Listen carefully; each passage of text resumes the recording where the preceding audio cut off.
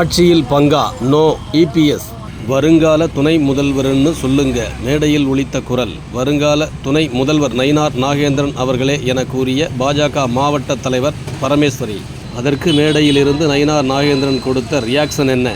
அரியலூர் மாவட்டம் கங்கை கொண்ட சோழபுரத்தை தலைநகராக கொண்டு ஆட்சி செய்த ராஜேந்திர சோழனின் பிறந்த நாளை ஆடி திருவாதிரை 23ஆம் தேதி முதல் முப்பெரும் அரசு விழாவாக ராஜேந்திர சோழனால் நிர்மாணிக்கப்பட்ட சோழீஸ்வரர் ஆலய வளாகத்தில் கொண்டாடப்பட உள்ளது. முப்பெரும் விழாவின் கடைசி நாளான 27ஆம் தேதி பிரதமர் நரேந்திர மோடி கலந்து கொள்கிறார்.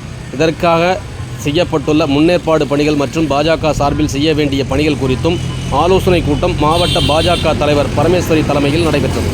இதில் பாஜக மாநில தலைவர் நயினார் நாகேந்திரன் கலந்து கொண்டார். நிகழ்ச்சியில் வரவேற்று பேசிய அரியலூர் பாஜக மாவட்ட தலைவர் பரமேஸ்வரி, மாநில தலைவர் நயினார் நாகேந்திரன் அவர்களே என மேடையில் கூறிய போது அப்போது மேடையில் இருந்து வருங்கால துணை முதல்வர்னு சொல்லுங்க மேடையில் ஒலித்த குரல் வந்தது. இதனையடுத்து வருங்கால துணை முதல்வர் நயினார் நாகேந்திரன் அவர்களே என கூறிய பாஜக மாவட்ட தலைவர் பரமேஸ்வரி, அதற்கு மேடையில் இருந்து நயினார் நாகேந்திரன் அப்படியெல்லாம் கூறக்கூடாது என்பது போல் கூறினார்.